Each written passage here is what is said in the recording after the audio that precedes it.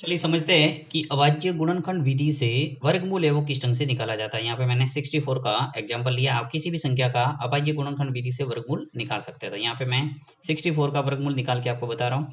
तो सबसे पहले आपको अभाज्य गुणनखंड करने होंगे, जो कि हमने पहले भी एक वीडियो के अंदर सीखा है। तो सिंपल सा आपको इस टाइप का कॉलम बनाना है और संख्या को इसके अंदर रखना है। अब आपको देखना है कि इसके अंदर 2 का भाग पूरा पूरा जा रहा है या नहीं। अगर 2 का नहीं जाएगा तो 3 का देना है। ओके, तो अब देखिए यहाँ पे 64 के अंदर इजीली 2 का भाग जा रहा है। यहाँ 2 लिख लिया। कितनी बार जाएगा? 32 बार। वापस आपको वही क्रम, 2 का भाग जा रहा है तो 2 का देंगे, अगर 2 का नहीं जाएगा तो किसका देंगे? 3 का। तो यहाँ पे देखिए 2 का भाग जा रहा है इसलिए 2 का भाग दे दो। कितनी बार जाएगा? 16 बार। वापस यही क्रम दोहराते रहो। 16 के अंदर 2 का भाग जा रहा है, इजीली दे दो। यहाँ 8 बार चला गया। 8 के अंदर 2 का भाग जाएगा 4 बार।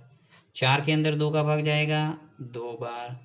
और 2 के अंदर भी 2 का भाग जा रहा है 1 बार। यानी कि आपके अभाज्य गुणनखंड हो गए ये। यहाँ मैं लिख लेता हूँ कि 64 है उसके अभाज्य गुणनखंड।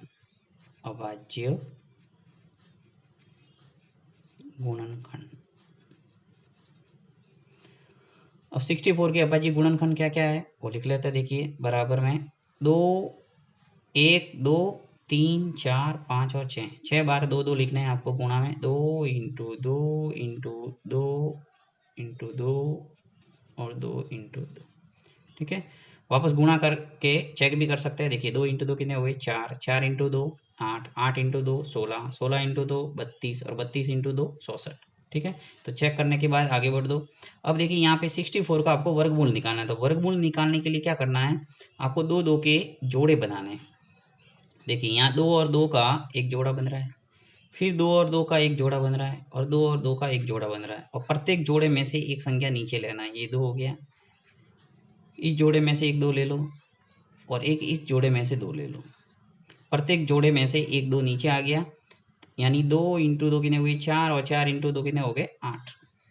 तो इसका जो वर्गमूल है यानी 64 है, इसका जो वर्गमूल है, और वर्गमूल को कैसे लिखते हैं ये आपको पता होना चाहिए। देखिए यहाँ पे वर्गमूल के अंदर लिख लेता हूँ 64, यानी 64 का जो वर्गमूल है वो आ गया 8। तो इजीली किसी भी संख्या का आप ऐसे ही अभाज्य गुणनखंड विधि से वर्गमूल निकाल सकते हैं। आपको जोड़े बनाने होंगे। जैसे यहाँ पे मान लो 2 इंटू 2 आया, उसके बाद में 3 इंटू 3 आता, तो मैं 3 इंटू 3 का एक जोड़ा बनाता, और 3 में से एक जोड़ा में से एक संख्या नीचे आ जाती। तो इस ढंग से आपको जोड़े बना के वर्गमूल निकालना है।